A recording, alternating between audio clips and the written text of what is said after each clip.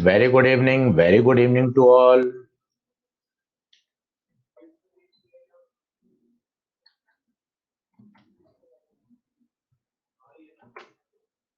Very good evening. Very good evening. Very good evening to all.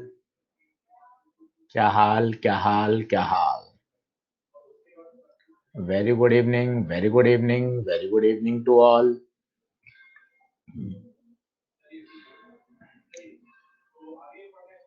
सही है बहुत बढ़िया बहुत बढ़िया. तो आगे पढ़ना स्टार्ट करें. लास्ट चैप्टर की तरफ बढ़ें भाई बच्चों. क्या पोजीशन.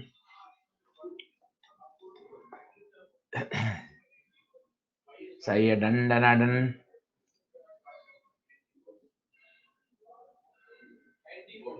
सही है. चलिए बहुत बढ़िया बहुत बढ़िया बहुत बढ़िया बहुत बढ़िया. सही है सही है सही है. चलो वेव मोशन की तरफ बढ़ रहे हैं भाई. तो वेव क्या है. वेव क्या है. पहला प्रश्न ये है वेव क्या है. तो वैसे तो आपने 9th क्लास से 10th क्लास से वेव के बारे में काफी सुना हुआ है. पर बेसिकली वेव की बेसिक डेफिनेशन क्या है. साक्षी नरेश तिवारी एसएचएम हो गया है सर. अच्छे से सारे क्वेश्चन इजी लग रहे हैं. थैंक यू साक्षी नरेश. आदित्य रंजन कह रहे हैं एसएचएम खत्म हो गया है सर. एक्सरसाइज 2 बन गई 3 बन गई. चलिए बहुत बढ़िया आदित्य रंजन. बहुत अच्छी बात है. सही है सही है सही है. परवेश गोलचा कह रहे हैं एसएचएम हो चुका है. चलो बहुत बढ़िया परवेश. मोहित शर्मा मेरे 1-2 फंसे सर. बाकी सब क्लियर हो गए. बहुत बढ़िया बहुत बढ़िया. चलिए बहुत बढ़िया अच्छी बात है. मेहनत करते रहिए इसी तरह से. चलिए तो पहला प्रश्न पैदा होता है. आज हम सिर्फ इंट्रोडक्शन पढ़ेंगे. ज्यादा थ्योरेटिकल बातें ही आज के लेक्चर में. पर ये सब बेसिक फंडामेंटल हैं कि वेव है क्या. अगर जैसे मैं टेबल पर बैठा हूं और आप देखिए मैं क्या कर रहा हूं. मुक्का मार रहा हूं. तो दूसरी जगह ये पानी की बोतल रखिए. देखिए इसमें वाइब्रेशन आ रहा है. दिख रहा है आपको. मुक्का तो मैं काफी दूर मार रहा हूं और आप देख रहे हैं कि पानी की बोतल में भी वाइब्रेशन आ रहा है. पेन भी में वाइब्रेशन आ रहा है. तो ये क्या चीज है. वास्तव में जब मैं टेबल पे मुक्का मार रहा हूं तो यहाँ टेबल के पार्टिकल्स में एक डिस्टरबेंस पैदा हो रहा है. और ये डिस्टरबेंस ही क्या कर रहा है. प्रोपोगेट कर रहा है. वास्तव में टेबल का लकड़ी का कोई पार्टिकल निकलकर उछलकर उस बोतल के पास नहीं गया. देखिए कैमरे में वाइब्रेशन आ रहा है. अपन ऐसे कर रहे हैं. कैमरा स्क्रीन ये मेरा राइटिंग पैड सब हिल रहे हैं. तो कोई लकड़ी का पार्टिकल एक तरफ से दूसरी तरफ नहीं गया. वास्तव में प्रोपोगेशन ऑफ डिस्टरबेंस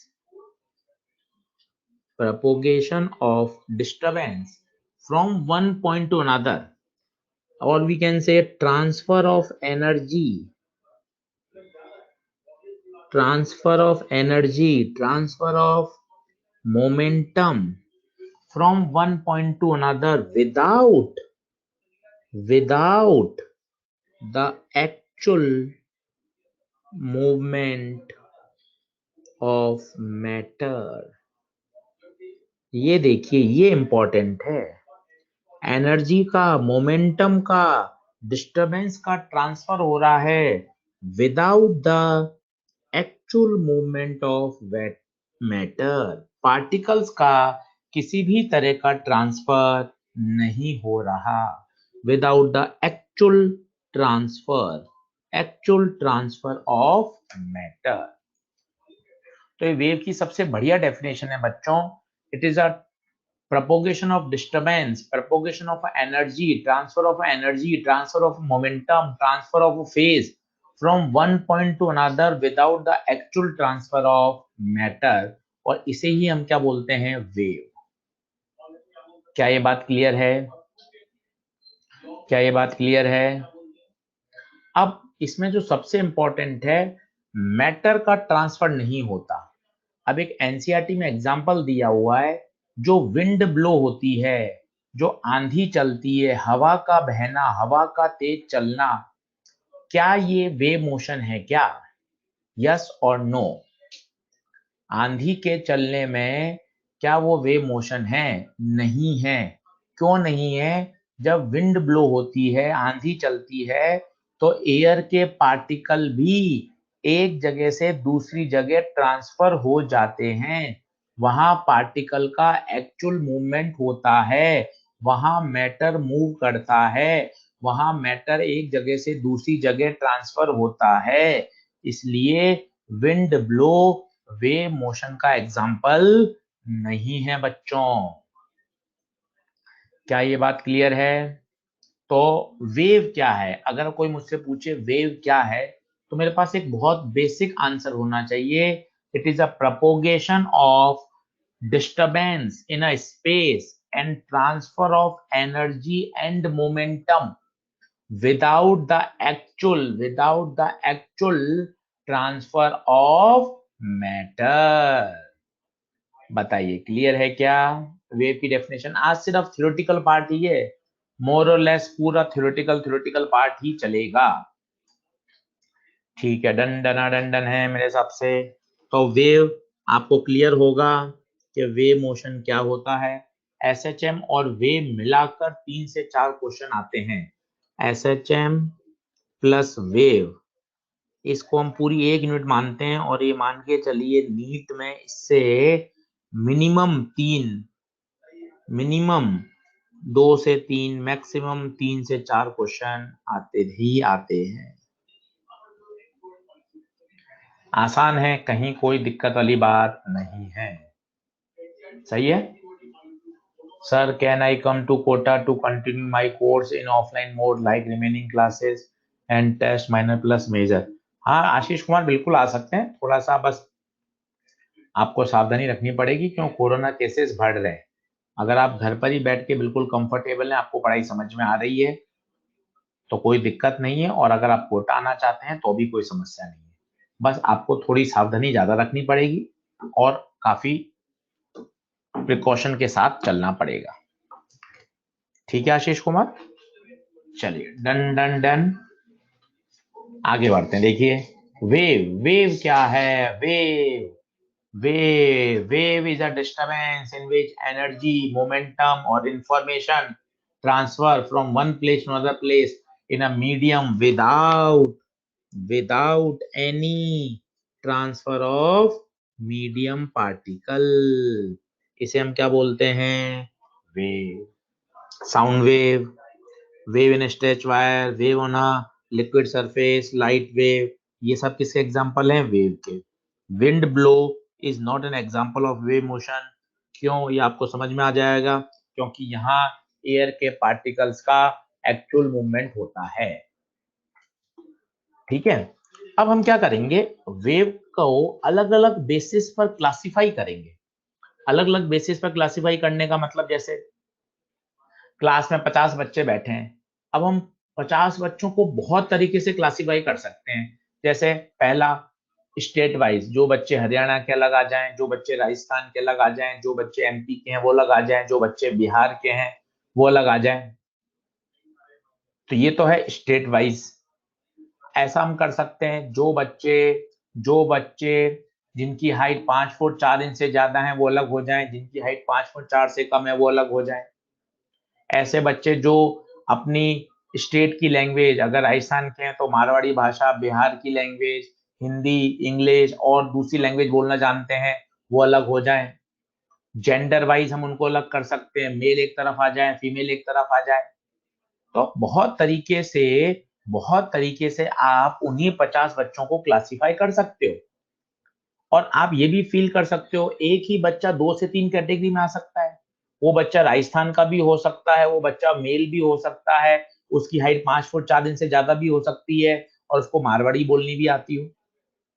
तो अब अगले 15-20 मिनट हम क्या करेंगे, वेव्स को अलग अलग बेसिस पर क्या करेंगे, क्लासिफाई करेंगे। सबसे पहला क्लासिफिकेशन होता है on the basis of medium.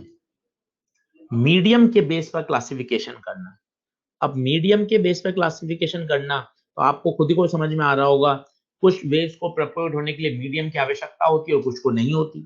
ऐसी वेव जिनको प्रोपोगेट होने के लिए मीडियम्स की आवश्यकता होती है उन्हें हम मैकेनिकल वेव कहते हैं। और बच्चों, इस पूरे चैप्टर में हमें मैकेनिकल वेव को ही पढ़ना है। पर आप चूंकि 12th पढ़ चुके हो, जिनको मीडियम की आवश्यकता नहीं होती उन्हें हम क्या कहते हैं बच्चों, नॉन मैकेनिकल वेव। इन्हें मीडियम रिक्वायर्ड नहीं होता। एग्जाम्पल आप सभी जानते हैं, radio wave, microwave, x rays, electromagnetic waves, these all are non mechanical waves. परंतु मैकेनिकल वेव कौन है, जिनको प्रोपोगेट होने के लिए, जिनको प्रोपोगेट होने के लिए क्या चाहिए, मीडियम चाहिए। तो पहला क्लासिफिकेशन मेरे हिसाब से क्लियर होगा, on the basis of medium, mechanical wave, non mechanical wave. हम जो इस पूरे चैप्टर में पढ़ेंगे वो मैकेनिकल वेव पढ़ेंगे। साउंड वेव मैकेनिकल वेव है, साउंड वेव मैकेनिकल वेव है। साउंड वेव को एक जगह से दूसरी जगह जाने के लिए मीडियम के पार्टिकल्स की आवश्यकता है। Wave on a stretch string, ये एक मैकेनिकल वेव है। तो मैकेनिकल वेव कौन है, जिनको प्रोपोगेट होने के लिए मीडियम की आवश्यकता होती है, और जिनको प्रोपोगेट होने के लिए मीडियम की आवश्यकता नहीं होती, which require no medium to propagate, उन्हें हम क्या बोलते हैं, non mechanical wave. Non mechanical wave examples are gamma rays, infrared, UV rays, और we can say electromagnetic waves. क्या ये बात ठीक है? अब सबसे इंपॉर्टेंट है, अगर मैकेनिकल वेव को प्रोपोगेट होना है तो पता है मीडियम के पास क्या होना चाहिए, इलास्टिसिटी होना चाहिए, मीडियम के पास इनर्शिया होना चाहिए। अब ये क्यों जरूरी है, वो धीरे धीरे आ जाएगा। इनर्शिया तो इसलिए जरूरी है, शायद आपको समझ में आ रहा होगा, transfer of energy and momentum. इसके लिए हमें पार्टिकल का क्या चाहिए, मास चाहिए, इनर्शिया चाहिए। और इलास्टिसिटी होना इसलिए चाहिए, मान लो हम ट्रांसफर वेव की बात कर रहे हैं तो पार्टिकल अपनी मीन पोजीशन से डिस्टर्ब हो गए और डिस्टर्ब होकर उनको वापस मीन पोजीशन पे आना है, फिर वहां से वापस -a की तरफ जाना है। तो मीडियम के पास क्या होनी चाहिए, इलास्टिसिटी होनी चाहिए।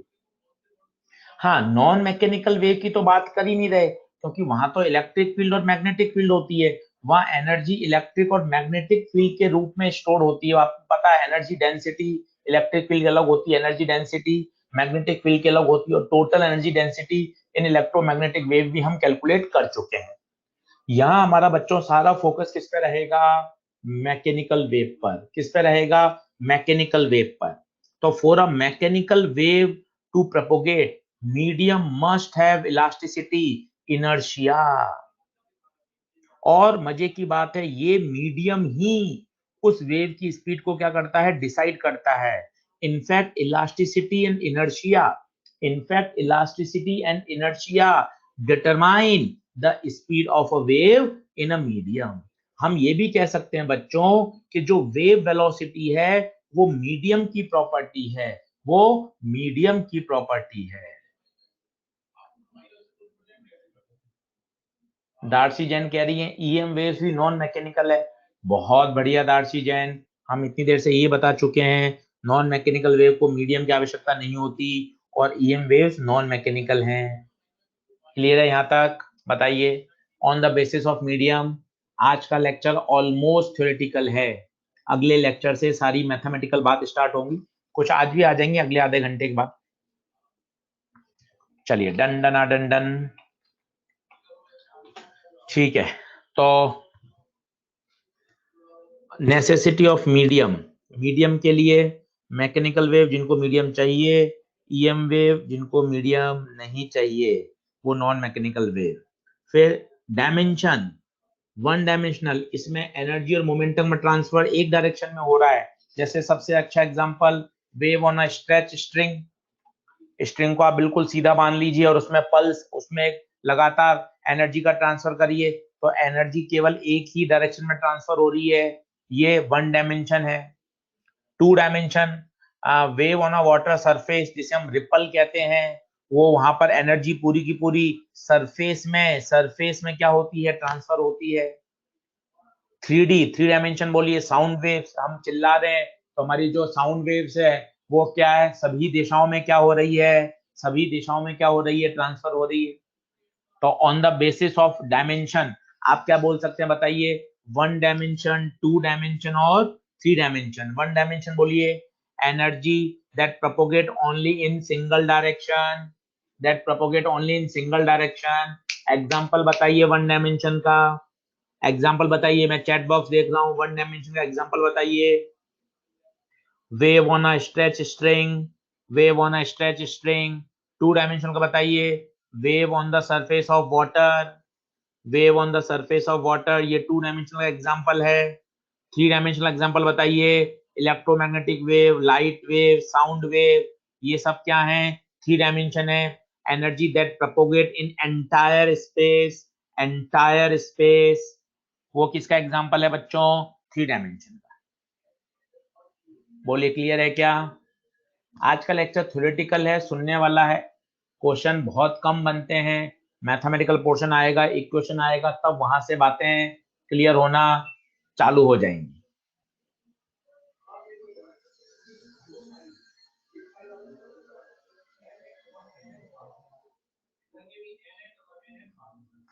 क्लियर है? डन डन डन डन, सही है। चलिए, तो ये मेरे हिसाब से ये बात क्लियर हो गई होगी। ठीक है, आगे बढ़े आगे बढ़े आगे बढ़े। तो धीरे धीरे बच्चों क्लासिफिकेशन आते जाएंगे, आप बिल्कुल चिंता नहीं करें। अब आइए, on the basis of medium requirement, एक बार आप इसको पढ़ लीजिए, मैंने एक्सप्लेन कर दिया है, आप प्लीज इसको एक बार पढ़ लें, आराम से बोल सकते हैं। Mechanical wave, non mechanical wave, ऐसी वेव जिनको प्रोपोगेट होने के लिए मीडियम चाहिए, बच्चों से हम क्या बोलते हैं, मैकेनिकल वेव। ऐसी वेव जिनको प्रोपोगेट होने के लिए मीडियम की आवश्यकता होती है, उसे हम मैकेनिकल वेव कहते हैं। जिनको मीडियम की आवश्यकता नहीं होती उन्हें हम नॉन मैकेनिकल वेव कहते हैं। डन है क्या? फिर मैंने आपको बताया, मैकेनिकल वेव को ट्रांसफर होने के लिए दो एसेंशियल प्रॉपर्टी होनी चाहिए। मीडियम के पास इनर्शिया होना चाहिए, इनर्शिया होगा, मास होगा, तो एनर्जी को स्टोर कर सकता है और ट्रांसफर कर सकता है from one form to another form. Elasticity होनी चाहिए, ताकि जब वो मीन पोजीशन से डिस्टर्ब हो जाएं तो वो वापस मीन पोजीशन पे भी वापस आ सकें, इलास्टिसिटी होना चाहिए। क्लियर है? तो मैकेनिकल वेव के लिए दो प्रॉपर्टी होना चाहिए, बताइए कौन कौन, इलास्टिसिटी एंड इनर्शिया। डन है? तो बताइए।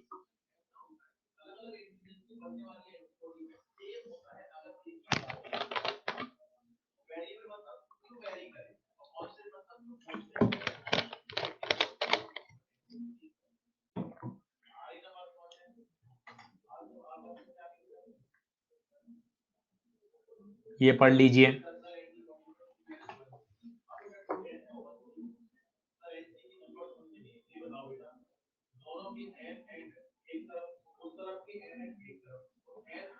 Non mechanical wave polarise. अब आपको नया नहीं लगेगा, शायद आपको पता है, वही वेव्स पोलराइज होती हैं जो ट्रांसवर्स नेचर की होती हैं।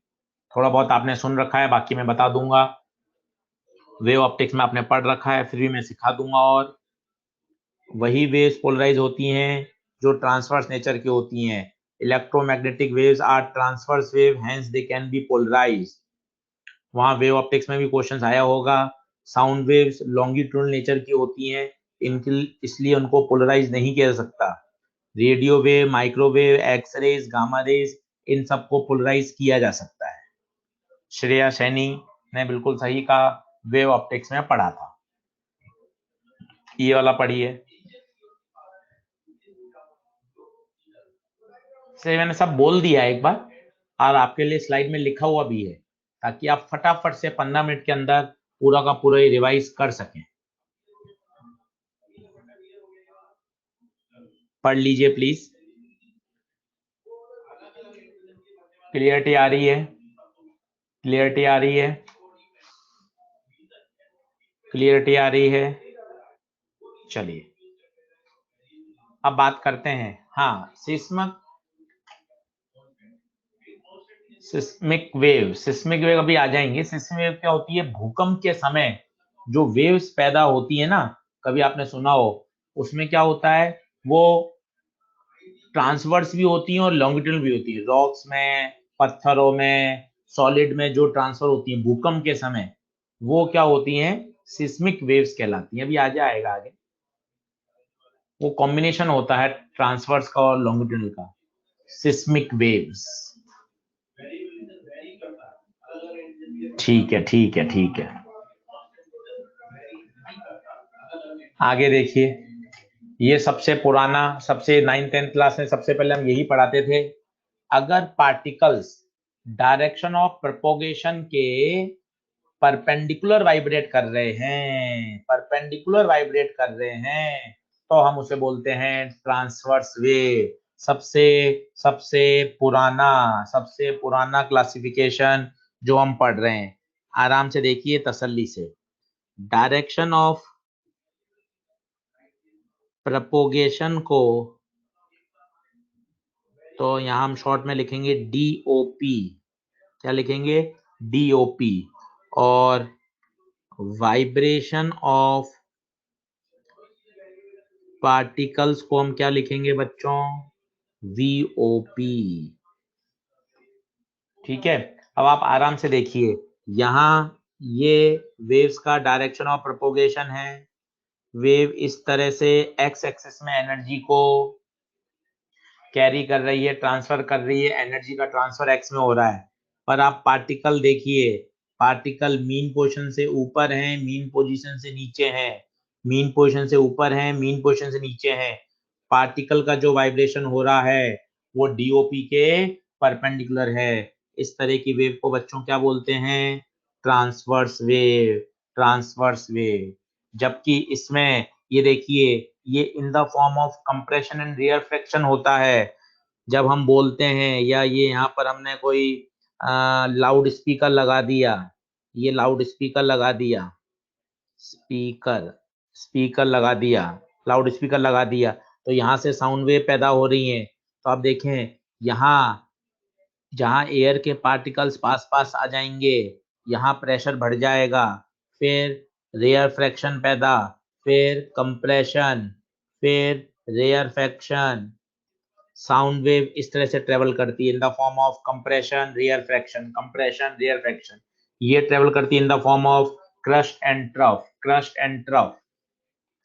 प्रेशर का वेरिएशन होता है साउंड वेव में।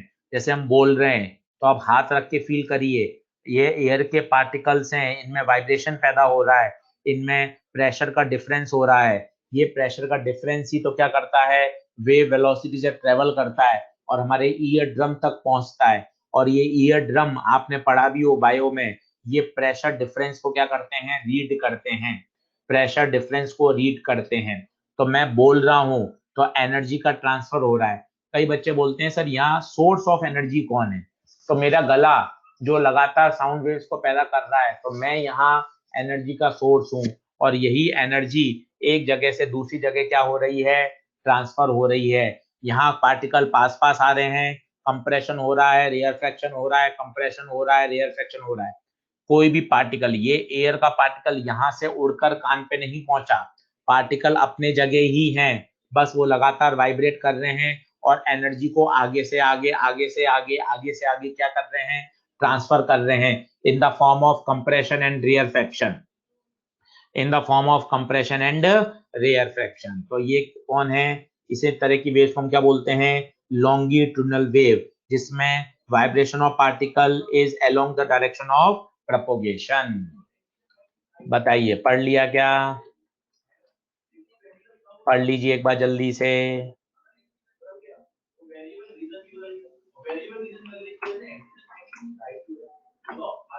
बातें हैं, समझने की हैं, धीरे धीरे धीरे धीरे क्लियर हो जाएंगी। एक बार पढ़ लेंगे तो ठीक है। बाकी देखिए, डायरेक्ट तो चैप्टर चालू कर सकते हैं, पर एक बार बातें सुन लेते हैं ना, थोड़ा सा अच्छा लगता है कि हाँ पता है। अब क्या वहां बार बार आएगा प्रोग्रेसिव वेव, प्रोग्रेसिव वेव हर सवाल में, तो आपको पता होना चाहिए प्रोग्रेसिव वेव होती है जिसमें क्या एनर्जी अनबाउंडेड मीडियम में आगे से आगे ट्रांसफर करती रहती है। रस्सी बहुत इनफाइनाइट लंबी है तो लगातार एनर्जी का ट्रांसफर होता रहेगा, वो पता है क्या, प्रोग्रेसिव वेव। हर सवाल में आप प्रोग्रेसिव देखोगे, plane progressive wave, plane progressive wave. जबकि आगे जाके 5-6 लेक्चर बाद आएगा स्टेशनरी वेव, उसमें क्या होता है, एनर्जी दो बाउंडेड, दो फिक्स हैं, उन मीडियम के बीच में ही एनर्जी का क्या होता है, ट्रांसफर होता है। जैसे गिटार में जो स्ट्रिंग होती है वो दोनों तरफ से टाइट है, अब जो एनर्जी है वो इन दो पॉइंट्स के बीच में ही क्या होगी, ऑसिलेट करेगी, एनर्जी का ट्रांसफर दो पॉइंट्स बाउंडेड मीडियम में ही होगा। तो प्लेन प्रोग्रेसिव वेव होती है और एक स्टैंडिंग वेव होती है। क्लियर है क्या? डंडना डंडन है, डंडना डंडन है। चलिए अब मैं आगे बढ़ता हूं और कुछ आपको इंटरेस्टिंग बातें सिखाता हूं। जैसे ट्रांसवर्स वेव और लॉन्गिट्यूडनल वेव आपने पढ़ लिया मोटा मोटा, ये तो 9th क्लास वाला बच्चा भी जानता था। पर अब मैं आपको इंपॉर्टेंट कुछ ट्रांसवर्स वेव के लिए बताता हूं, वो सीखिए। ट्रांसवर्स वेव को प्रपोगेट होने के लिए, फॉर ट्रांसवर्स मैकेनिकल वेव, अच्छा हम मैकेनिकल वेव के बारे में बात करेंगे ना, सारी तो बार बार लिखनी जो होती है। ट्रांसवर्स मैकेनिकल वेव, मीडियम के पास पता है क्या होना चाहिए, मीडियम शुड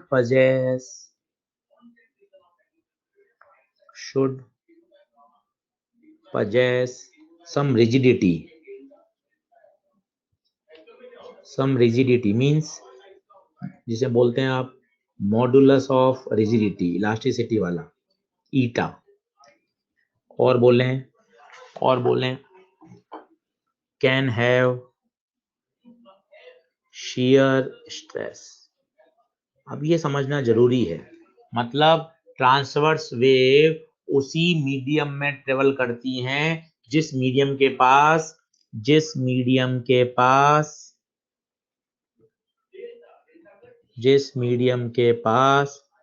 shear स्ट्रेस झेलने की क्या होनी चाहिए, क्षमता।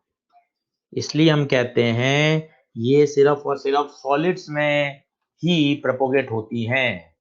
अब आप समझिए शेयर स्ट्रेस होता क्या है, याद करिए वो हम पढ़ते थे जब सॉलिड में टेंजेंशियल फोर्स लगाया जाता है, याद करिए shear stress, shear strain. Same अब आप महसूस करिए, जैसे हम बात करते हैं रस्सी में, तो रस्सी में पहले सारे पार्टिकल बिल्कुल मीन पोजीशन पे रस्सी में थे। अब जैसे ही आपने झटका दिया अपने हाथ से, इस वाले पार्टिकल को ऊपर ले गए, तो ये वाला पार्टिकल पास वाले पार्टिकल को ऊपर उठाना चाहेगा, तभी तो एनर्जी जाएगी, क्योंकि ये पार्टिकल ऊपर है, फिर अगले क्षण ये वाला पार्टिकल ऊपर होगा, उसके बाद ये पार्टिकल ऊपर होगा, उसके बाद ये पार्टिकल ऊपर होगा। तो ये उठाने के लिए क्या चाहिए, एक टेंजेंशियल फोर्स चाहिए। उन्हीं मीडियम में ट्रांसवर्स वेव प्रोपोगेट हो सकती हैं जो शेयर स्ट्रेस को झेल सकते हैं, और वी कैन से सॉलिड्स में ट्रांसवर्स वेव का प्रोपोगेशन होता है क्योंकि सॉलिड्स के पास मॉडुलस ऑफ रिजिडिटी होता है। मजे की बात है, गैसियस में, लिक्विड में, बल्क में यहां ट्रांसवर्स वेव नहीं होती, क्योंकि अगर आप लिक्विड पे शेयर स्ट्रेस लगाओगे, टेंजेंशियल फोर्स लगाओगे, तो लिक्विड फ्लो कर जाता है। हाँ, कुछ हद तक लिक्विड की सरफेस पर ट्रांसवर्स वेव आ सकती हैं, शायद आपने पढ़ा हो। कारण बताइए, सोच के बताइए, लिक्विड की सरफेस पर ट्रांसवर्स वेव का प्रोपोगेशन हो सकता है, कारण आपने चैप्टर पढ़ा हुआ है, बहुत बढ़िया। अंकिता, प्रिया, इशिता झा, तनिषा, धीरज, बहुत बच्चों ने, आस्था, एरकोडेव, सम्राट, बहुत बढ़िया। Due to surface tension, surface tension के कारण लिक्विड की सरफेस एक स्ट्रेच मेम्ब्रेन की तरह काम करती है, तो इट कैन, मतलब इसे हम बोल सकते हैं इसके पास एक शेयर स्ट्रेस झेलने की क्षमता है। परंतु अगर हम लिक्विड की बल्क की बात करें, बल्क मतलब अंदर, वहां ट्रांसवर्स वेव प्रोपोगेट नहीं हो सकती, गैसियस में ट्रांसवर्स वेव प्रोपोगेट नहीं हो सकती। बच्चों, उन्हीं मीडियम में ट्रांसवर्स वेव का प्रोपोगेशन होगा जो शेयर स्ट्रेस को झेल सकते हैं। रस्सी के केस में बात करें तो रस्सी के केस में पार्टिकल अपने साथ वाले पार्टिकल को ऊपर उठाता है, ऊपर उठाने के लिए क्या चाहिए उसको, शेयर फोर्स चाहिए, टेंजेंशियल फोर्स चाहिए। शेयर फोर्स की रिक्वायरमेंट होनी चाहिए अगर आपको ट्रांसवर्स वेव को प्रोपोगेट करना है किसी मीडियम में। इसलिए कहा जाता है ट्रांसवर्स वेव सॉलिड्स में और लिक्विड की सरफेस पर ही प्रोपोगेट हो सकती हैं, गैस में और बल्क में वो प्रोपोगेट नहीं होती क्योंकि वहां शेयर स्ट्रेस नहीं होता। लिक्विड में शेयर फोर्स झेलने की क्षमता नहीं होती क्योंकि अगर आप बल्क में लिक्विड में अंदर की तरफ शेयर फोर्स लगाओगे तो फ्लो कर जाएगा। जिस मीडियम के पास शेयर स्ट्रेस झेलने की क्षमता होगी उसी मीडियम में ट्रांसवर्स वेव का प्रोपोगेशन होगा। बताइए बात क्लियर है क्या? ये बात क्लियर है क्या? जिस मीडियम के पास शेयर स्ट्रेस झेलने की क्षमता होगी वहीं ट्रांसवर्स वेव का प्रोपोगेशन होगा। इसलिए कहां कहां हो सकता है बताइए? सॉलिड्स में और plus on the surface of liquid. On the surface of liquid क्यों होता होगा बताइए? Due to surface tension. Shear stress झेलने की क्षमता होनी चाहिए, इसलिए some time transverse wave also known as S wave. Transverse wave को हम क्या बोल देते हैं? S wave, shear wave. बताइए क्लियर है क्या? डन है। ये अच्छा पॉइंट मिला आपको, ट्रांसवर्स वेव का एक अच्छा पॉइंट सीखने को मिला। ट्रांसवर्स वेव, ध्यान दीजिए हम सिर्फ मैकेनिकल वेव की बात कर रहे हैं, केवल मैकेनिकल वेव की बात कर रहे हैं, केवल मैकेनिकल वेव की बात कर रहे हैं, मीडियम की बात कर रहे हैं, मीडियम के पार्टिकल्स की चर्चा कर रहे हैं। इसलिए मैंने ऊपर लिख दिया है for a transverse mechanical wave medium के पास सम रिजिडिटी होनी चाहिए, मीडियम के पास अपना मॉडुलस ऑफ रिजिडिटी होना चाहिए, मीडियम के पास शेयर स्ट्रेस झेलने की क्षमता होनी चाहिए। बताइए क्लियर है क्या बच्चों ये बात? ठीक है, पढ़ लीजिए। पहले ट्रांसवर्स वाला पढ़िए फिर ये वाला समझाता हूं। These wave propagate in the form of crust and trough. Okay. During this wave propagation, medium is subjected to shearing stress और strains. Medium के पास shearing stress झेलने की क्षमता होनी चाहिए। Stress and such type of stress or can be sustained only in rigid medium. So these wave can propagate only in solids and on the surface of liquid. अब बताइए ये point शानदार clear हुआ क्या बच्चों? उन्हीं मीडियम में transverse wave का प्रोपोगेशन हो सकता है जो मीडियम शेयर स्ट्रेस को झेल सकते हैं। Is it okay? Shilpi Kumari आपने गलत बात लिख दी, transverse wave is always mechanical. क्या कह दिया आपने शिल्पी कुमारी? इलेक्ट्रोमैग्नेटिक वेव भी एक ट्रांसवर्स वेव है जो कि नॉन मैकेनिकल वेव है। ये गलत है कि transverse wave is always mechanical. Shilpi Kumari ये सेंटेंस गलत है। Electromagnetic wave is also a transverse wave, but it is non-mechanical. All mechanical wave are transverse, ये गलत है, but all transverse wave are non-mechanical, ये सही है। क्या ये भी गलत है? सोचिए।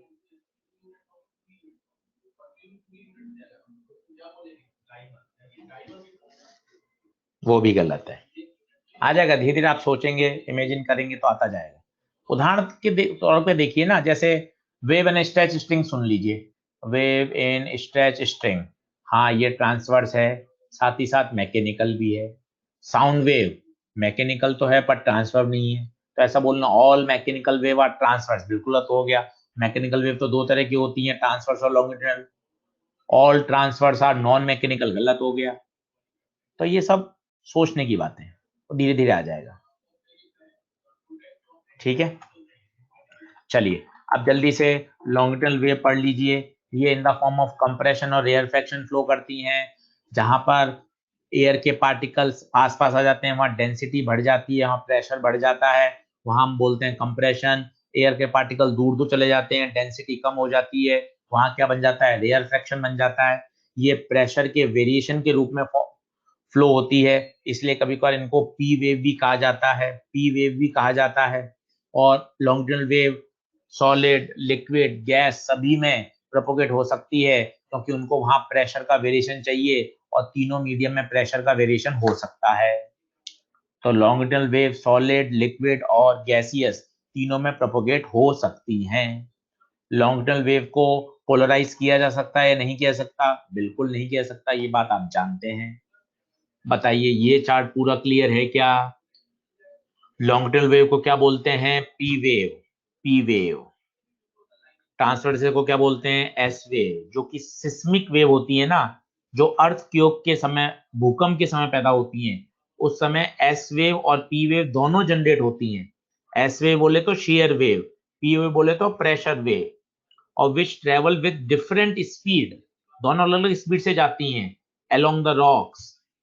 और जनरली ऐसा बोलते हैं कि प्रेशर वेव की वेलोसिटी एस वेव से स्लाइटली क्या होती है? ज्यादा होती है, ग्रेटर होती है। Seismic waves, combination of pressure wave and share wave, भूकंप के समय। बढ़ू आगे, टेबल क्लियर है क्या? टेबल क्लियर है, टेबल क्लियर है, टेबल क्लियर है।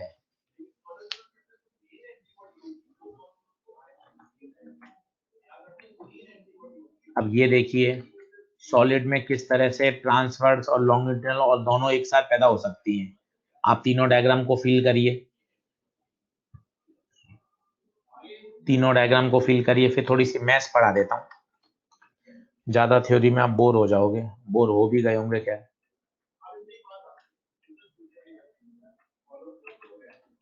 थोड़ी सी थ्योरी पढ़ ले, मैथमेटिक्स पढ़ लेंगे, थोड़ा इंटरेस्ट आ जाएगा। बोर तो नहीं होंगे, वैसे बातें तो बढ़िया हैं।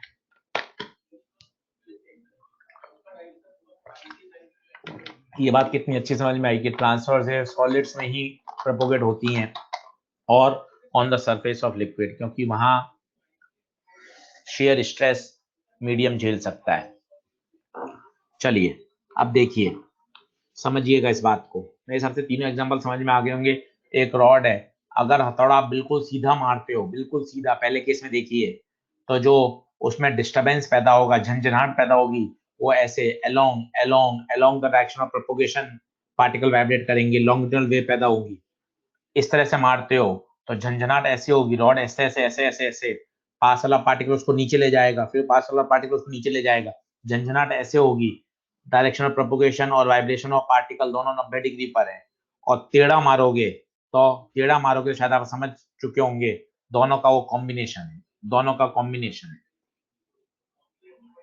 डंडना डंडन है क्या? डंडना डंडन है क्या?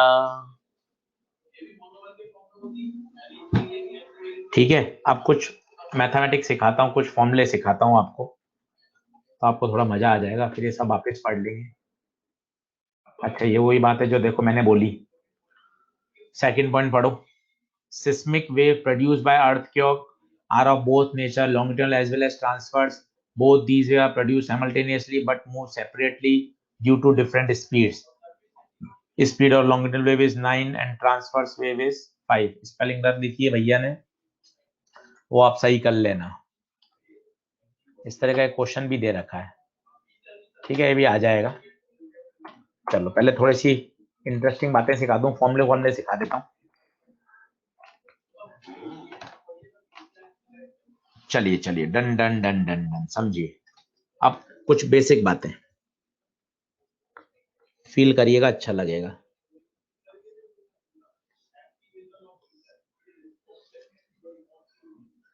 पहला पहला सभी को पता है, एक पूरी वेव की लंबाई, वेव की लंबाई क्या कहलाती है? लैम्डा। ये वेव की वेलोसिटी है, वेव वेलोसिटी।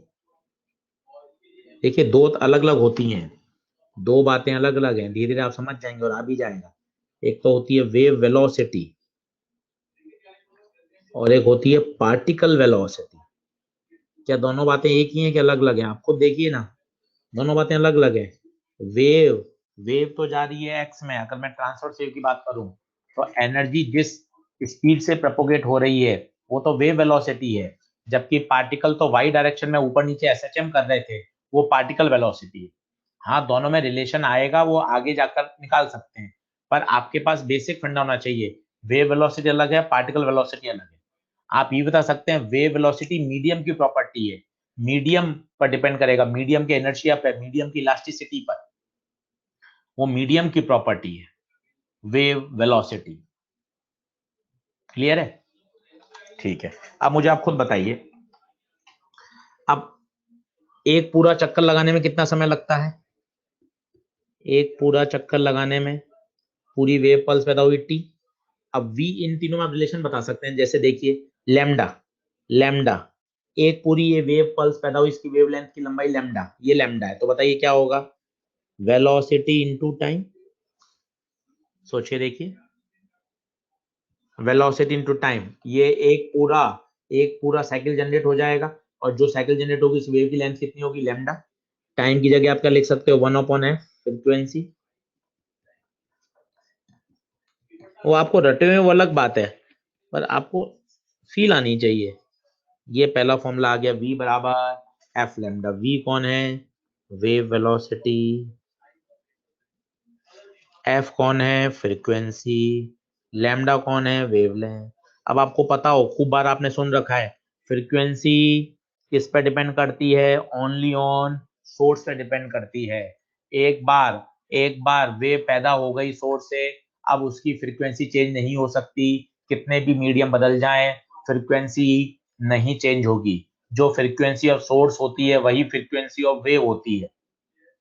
मैं वेव्स पैदा कर रहा हूं, मेरा हाथ ऊपर नीचे एसएचएम कर रहा है, जिस फ्रीक्वेंसी से मेरा हाथ ऊपर नीचे कर रहा है एसएचएम, उतनी ही फ्रीक्वेंसी की वेव पैदा होंगी। तो frequency of source is a frequency of wave, और फ्रीक्वेंसी ऑफ वेव मीडियम पे डिपेंड नहीं करती, ये केवल और केवल सोर्स पे डिपेंड करती है। खूब तरह के प्रश्न आपने देखे होंगे, एक मीडियम से आप दूसरे मीडियम में चले जाएं, फ्रीक्वेंसी चेंज नहीं होती, it is a property of source, केवल और केवल सोर्स पे डिपेंड करती है। जो सोर्स की फ्रीक्वेंसी है वही वेव की फ्रीक्वेंसी है, फ्रीक्वेंसी का वेव वेलोसिटी से कोई लेना देना नहीं है। बोलिए डंडना डंडन है क्या? डंडना डंडन है क्या? क्लियर है? तो पहला फॉर्मूला क्लियर हो गया, v बराबर एफ लैम्डा, बहुत काम आएगा, v बराबर एफ लैम्डा। सेकंड की बात करते हैं, ये तो बेसिक हो गया। इसके बाद बात करें वेव नंबर, सब आपने सुन रखे, एक बार मुझसे समझ लीजिए। वेव नंबर न्यू बार, सभी को याद है, सभी को याद है, वैसे तो रटा हुआ है 1/लैम्डा, पर फील पता है किसी को वेव नंबर की क्या फील होती है? वेव नंबर की फील, युवराज नागर, अनमोल गुप्ता, ईशान राय, लक्की Chauhan, एरकोडेव, Ankita Priya, Darshi Jain, Shiv Jyoti, Anuradha Patel. Wave in 1 second, number of wave per unit time. आहा आहा आहा। वेव नंबर का मतलब होता है 1 मीटर में कितनी वेव आएंगी, number of wave per unit length, number of wave per unit length. देखिए ये पूरी एक वेव है, ये कितनी दूरी में है? लैम्डा मीटर में है, लैम्डा मीटर में एक वेव, तो 1 मीटर में कितनी वेव आएगी? 1/लैम्डा वेव। इस 1/लैम्डा को ही क्या बोलते हैं? Wave number. इस 1/लैम्डा को ही क्या बोलते हैं? Wave number. Wave number, number of waves पर unit length, number of waves पर यूनिट लेंथ। आराम से फील करिए, देखिए याद करना अच्छी बात है, समझ लोगे तो मजा आ जाएगा। Per unit length, lambda metre में, लैम्डा दूरी में कितनी वेव है? 1, तो 1 मीटर में कितनी वेव होगी? One by lambda, and this one by lambda is known as wave number. Wave number याद रखोगे? सॉरी।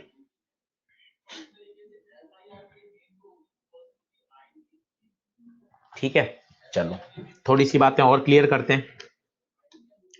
जैसे शायद आपको याद हो, ये पूरा एक चक्कर है,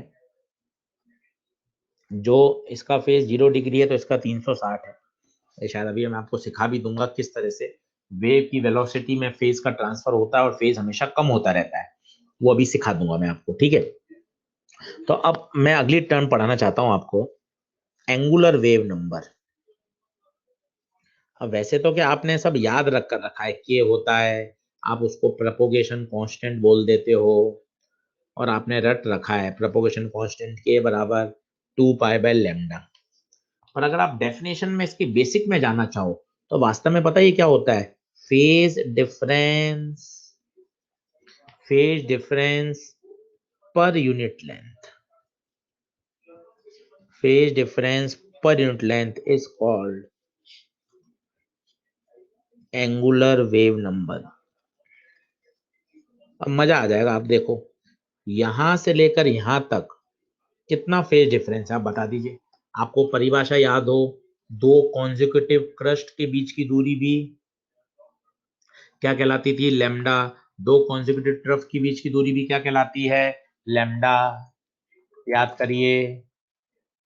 अब मुझे बताइए, अब मुझे बताइए, पूरी वेवलेंथ लैम्डा है, इसमें कितना फेज डिफरेंस आया है, 2 पाई। तो सोच के देखिए, लैम्डा लेंथ में, लैम्डा लेंथ में कितना फेज डिफरेंस, 2 पाई। तो यूनिट लेंथ में कितना फेज डिफरेंस, 2 पाई/लैम्डा। इसी को ही बोलते हैं, ये सब पैरामीटर्स हैं छोटे छोटे, ये सब कल काम आएंगे जब हम वेव के न्यूमेरिकल करेंगे, वेव के बारे में बातें समझेंगे। एंगुलर वेव नंबर, इसे क्या बोलते हैं, एंगुलर वेव नंबर। अब क्या रटना अलग होता है, 2 पाई/लैम्डा आप सबने रटा हुआ है, पर लॉजिकल होता है कि पर यूनिट लेंथ कितना फेज डिफरेंस आया, पर यूनिट लेंथ। लैम्डा में 2 पाई आता है, ये आप बात पता है, और मैं अभी और समझा भी दूंगा। लैम्डा में 2 पाई आता है, लैम्डा में 2 पाई आता है, तो यूनिट में कितना आएगा, 2 पाई/लैम्डा। और यहीं से आता है आपका वो वाला रिलेशन जो आपने खूब शायद वेव ऑप्टिक्स में भी काम में लिया होगा, डेल फाई बराबर 2 पाई/लैम्डा इंटू डेल एक्स।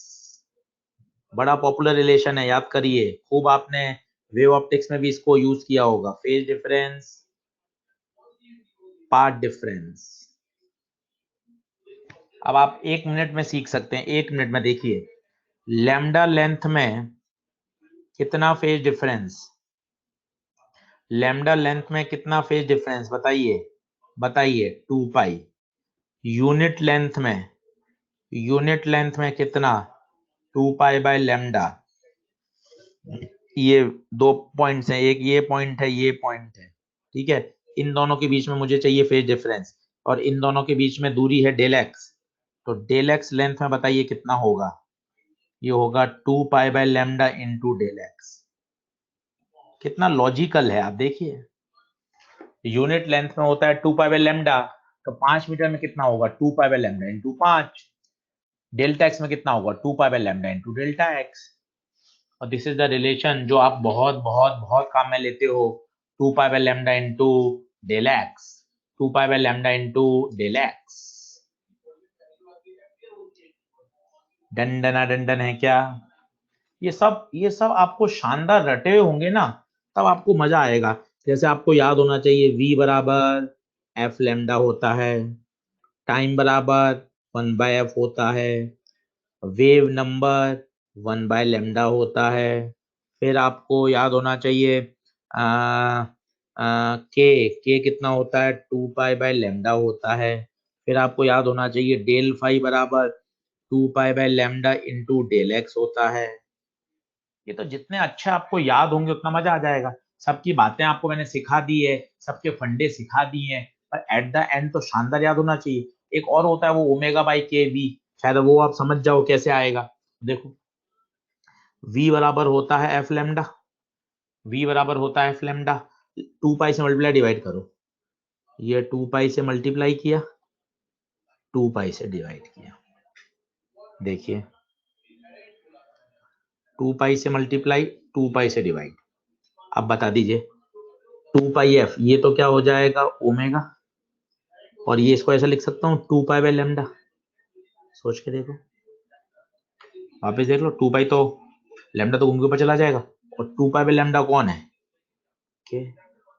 ये भी बड़ा पॉपुलर है, शायद EM वेव में मैंने आपको बताया भी था, यूज भी होता है वहाँ, v बराबर ω/k। तो ये सब एकदम टिप्स पे चाहिए, टिप्स पे। जितने अच्छे आपको याद होंगे उतना न्यूमेरिकल करने में मजा आएगा। क्लियर है क्या? डंडना डंडन है क्या? बता दीजिए। जितने अच्छे याद होंगे। अब मैं आपको वेव फंक्शन की इक्वेशन बताना चाहता हूं ताकि आपको थोड़ा सा आइडिया हो कि वेव फंक्शन होता क्या है। बताइए वेव फंक्शन कितना जरूरी है, कितना जबरदस्त है। ये पूरी वेव की जानकारी दे देता है। पूरी वेव में असंख्य पार्टिकल हैं और सब ऊपर नीचे ऐसे चल कर रहे हैं। किसी का एम्पलीट्यूड अलग है, किसी का डिस्प्लेसमेंट अलग है, किसी का ऊपर है, किसी का नीचे है, सब अलग अलग अलग अलग है। पर आप एक साथ इन सब की स्टडी अगर कर सकते हो तो वही वेव फंक्शन है, वही वेव फंक्शन है। पता है अभी तक आपने क्या पढ़ा था? अभी तक हमने पढ़ा था, उसमें क्या था, केवल एक पार्टिकल क्या कर रहा था, एसएचएम कर रहा था। ये जीरो, ये प्लस है, ये माइनस है।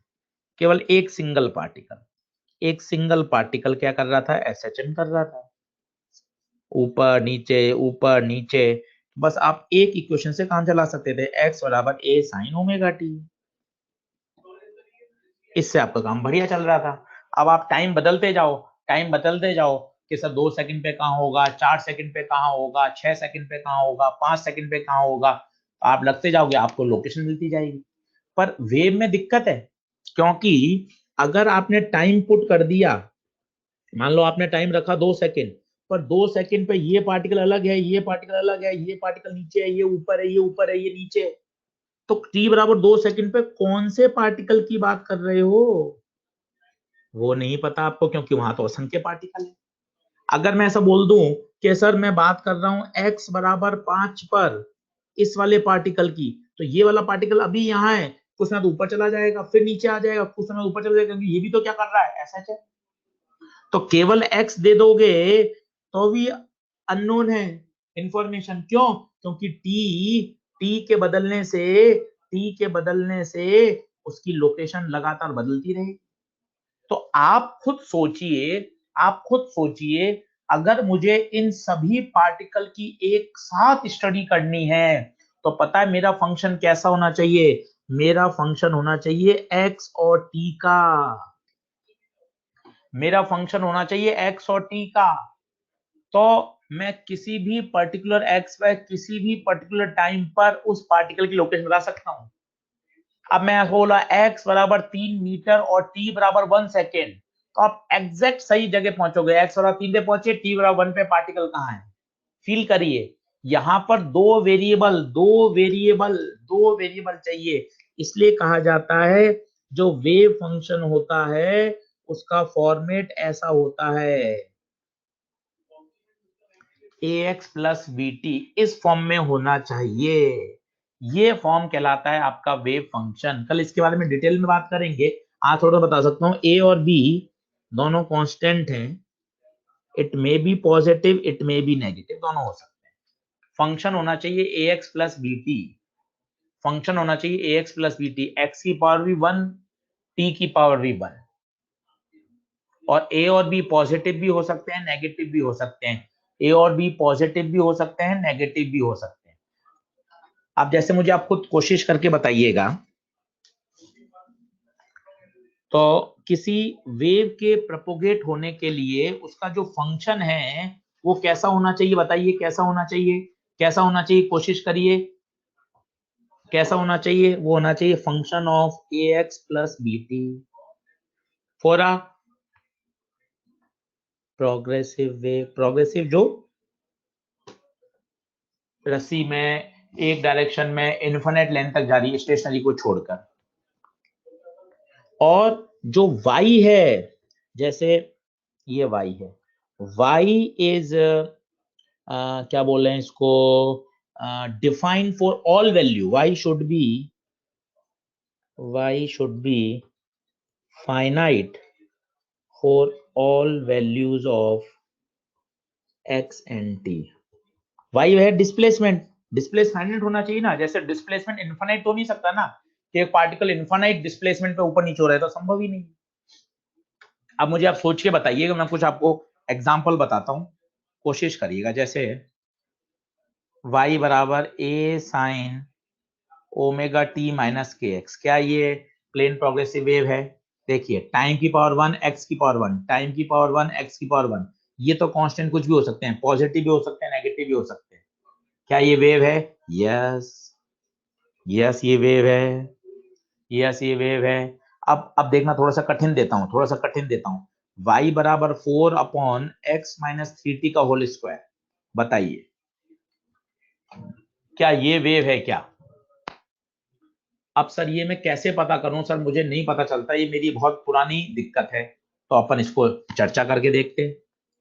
जो सबसे इंपॉर्टेंट बात है, जो सबसे इंपॉर्टेंट बात है वो समझिए। फंक्शन क्या था? 4/, बहुत अच्छे से देखिएगा। y should be finite for all values of x and t। कई बच्चे क्या करते हैं, जैसे कर देते हैं पुट t बराबर 0, पुट t बराबर 0 कर दो, एक बार t बराबर 0 रख दोगे तो बताओ y कितना आ जाएगा? 4/x²। अब x को वेरी करो, एक बार x 0 रखो, एक बार x इन्फिनिटी रखो। जैसे ही x 0 रखोगे 4/0 इन्फानाइट, गड़बड़ हो गया। y कभी भी इन्फानाइट नहीं हो सकता, y शुड बी फाइनाइट। ये करने का तरीका होता है, एक बार 0 रख दो, पूरा फंक्शन y x में आ जाएगा, फिर चेक करके देख लो x का। कुछ लोग ऐसा चेक करते हैं कि सर मैं इस पूरे फंक्शन को ही सोच लेता हूं ना, इस पूरे फंक्शन की मिनिमम वैल्यू 0 होगी, क्योंकि स्क्वायर है, नेगेटिव तो नहीं सकती, और मैक्स टू मैक्स इन्फानाइट। पर अब जब 0 हो गई तो y इन्फानाइट हो जाएगा, और y हमेशा फाइनाइट होना चाहिए। बहुत तरीके हैं, y हमेशा फाइनाइट होना चाहिए, किसी भी वैल्यू पर y इन्फानाइट नहीं हो सकता, मतलब ये वेव नहीं है, प्रैक्टिकली नहीं है। हाइपोथेटिकली आप बोल सकते हैं, क्योंकि function of ax plus BT है, पर ये प्रैक्टिकली प्लेन प्रोग्रेसिव नहीं है। y should be y should be y should be finite for any value of x and t। फिर से देखिए आराम से, अपने को डर थोड़ी ना है, बार बार समझेंगे आता जाएगा। जैसे मेरे पास कोई फंक्शन आ जाए 4/x-3t का होल स्क्वायर प्लस 1, अब ये चेक करो, चलो धीरे धीरे समझना, धीरे समझो। सबसे पहले क्या करो, t को 0 पुट कर दो, सबसे पहले t 0 पुट कर दो, बोलो क्या इक्वेशन बनेगी? y बराबर 4/t0 हो गया x² प्लस 1। अब x को वेरी करो, x को वेरी करो, x कहां से कहां वेरी कर सकता है बताओ? 0 से लेकर इन्फानाइट, 0 से इन्फाइनाइट तक वेरी कर दो। y बताइए, जब x 0 रखोगे तो 4/1, इन्फाइनाइट रखोगे तो 4/इन्फाइनाइट का स्क्वायर प्लस 1, 4/इन्फाइनाइट 0। दोनों ही केस में y क्या आ रहा है? फाइनाइट। ये तो आपने t 0 किया। अब क्या करो, पुट x बराबर 0, तो y बराबर 4/-3t का स्क्वायर प्लस 1, तो y बराबर 4/9t² प्लस 1। अब टाइम को वेरी करो, टाइम 0 से लेकर इन्फानाइट कुछ भी हो सकता है, 0 रखोगे तो 4 आएगा, इन्फानाइट रखोगे तो 0 आएगा। ये पूरा स्पेक्ट्रम आपने देख लिया, पूरा स्पेक्ट्रम आपने देख लिया। क्या ये बात क्लियर है क्या? Function of ax plus beta चाहिए, होल स्क्वायर चलेगा, ये वाला फंक्शन x की पावर 1 t की पावर 1, होल स्क्वायर में कोई टेंशन नहीं है, function of ax plus BT होना चाहिए, धीरे धीरे आ जाएगा, कहीं कोई दिक्कत नहीं है। बस चेक करते चलो, चेक करते जाओगे, अपने आप क्लियर होता जाएगा। y should be finite for all value of x and t, y should be finite for all value of x and t। जैसे कोशिश करना, कोशिश करना, करोगे। डर डर कैसे हट सकता है? डर ऐसी तो हटेगा जब आप करोगे। जैसे ही आ जाए e⁻³ x+4t। ठीक है, अब सर आराम से करके बताओ, आराम से करके बताओ। देखो, कई बच्चे तो क्या करते हैं, डायरेक्ट डायरेक्ट तरीका कि देखो सर ए ई, इनसे डरना नहीं है। पहले तो मुझे बताओ, t⁻1 है, x⁻1 है, तो एक हाइपोथेटिकली तो सही है, function of ax plus bt है, t⁻1 x⁻1। अब आप कोई भी चेक करना है, y should be finite, displacement कभी इनफाइनाइट नहीं हो सकता। अब कई बच्चे क्या करते हैं, इस पूरे को एक फंक्शन मान लेते हैं, तो कहते हैं सर 3x+4t कहां से कहां लाई करेगा, कहां से कहां लाई करेगा। सोच के देखिए सर, ये -∞ से +∞ तक कुछ भी हो सकता है। सोच के देखिए, -∞ से +∞ कुछ भी हो सकता है। जबकि अगर मैं आपको ऐसा बोलता 3x+4t का होल स्क्वायर, तो इस फंक्शन की रेंज बताओ। सोचो, बार बार करोगे तो आ जाएगा। इस फंक्शन की रेंज बताओ, बताओ कहां से कहां होगी इस फंक्शन की रेंज। तो बताओ, होल स्क्वायर है, होल स्क्वायर है, तो इसकी रेंज होगी 0 से इनफाइनाइट। अब इसकी -∞ से +∞ हो गई तो फंस गए आप। क्यों? ए ई माइनस, अगर -∞ है, फंस गए आप। e⁻∞ इनफाइनाइट होता है, इट मींस नॉट पॉसिबल। पर जैसी अगर मैं स्क्वायर कर देता, जैसी मैं स्क्वायर कर देता तो बात बन जाएगी। कंप्यूटर जी एक स्लाइड जल्दी से डालो, कंप्यूटर जी एक स्लाइड जल्दी से डाल दो। सोचिए, अगर फंक्शन ऐसा होता, यही बताइए, क्या ये वेव है क्या? आ जाएगा, 5 बार करोगे, 7 बार करोगे, आ जाएगा, आ जाएगा।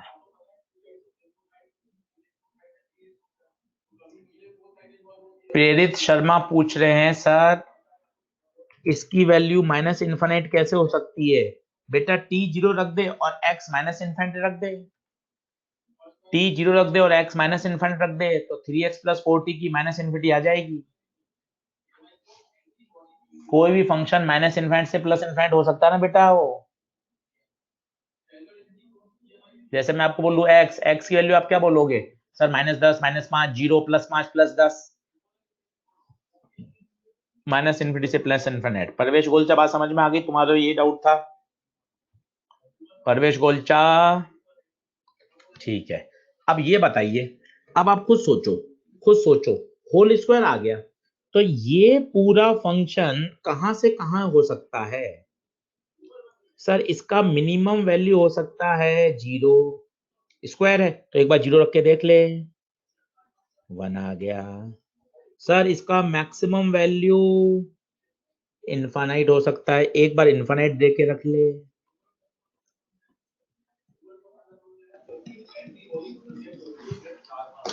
क्या आ रहा है क्या? आ रहा है क्या? अरे सब सब समझ में आता है। इसमें थोड़ा सा और चेंज कर दो कंप्यूटर जी, थोड़ा सा चेंज कर दो बच्चों के लिए, थोड़ा सा चेंज और कर देते हैं बच्चों के लिए।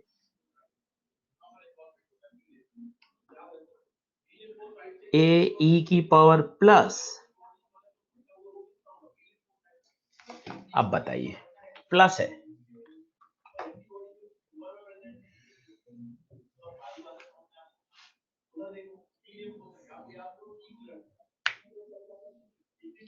मोहम्मद अल्ताफ, क्यूब होने पे तो -∞ से +∞ कुछ भी हो जाता है। चलिए सोच के आइएगा, इसको सोच के आइएगा। ठीक है, तो आज केवल इंट्रोडक्शन दिया है, कल वेव को आगे पढ़ाऊंगा। ज्यादा कठिन नहीं है, केवल बेसिक पावर, बेसिक की जो अंडरस्टैंडिंग थी वो आज हो गई। कल से केवल केवल मैथ्स और फॉर्मूले और न्यूमेरिकल चलेंगे। क्लियर है? डंडना डंडन है क्या? डंडना डंडन है क्या? Done done done done done done done done. आज मोरलेस थ्योरेटिकल बातें ज्यादा थी, पर फिर भी आप मेरे हिसाब से समझ तो सकते हो, ऐसा नहीं है कि आप फंस जाओ। अच्छी बातें हैं, कल से तो खैर मैथमेटिक्स, डेरिवेशन, न्यूमेरिकल ये चालू हो जाएंगी।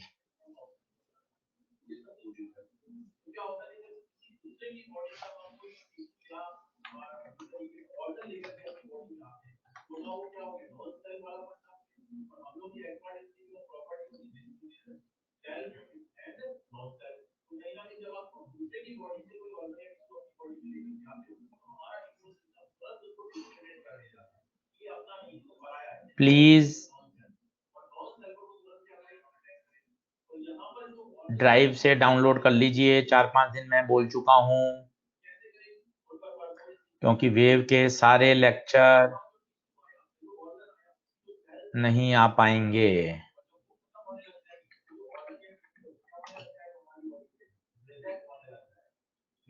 कंप्यूटर जी एक नया फोल्डर बनाइए वेव के नाम से, SHM खत्म हो गया है, ड्राइव में कंप्यूटर जी एक नया बनाइए वेव।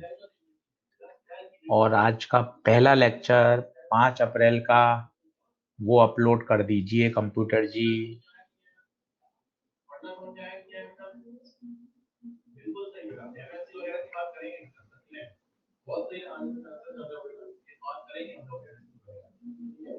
सही है,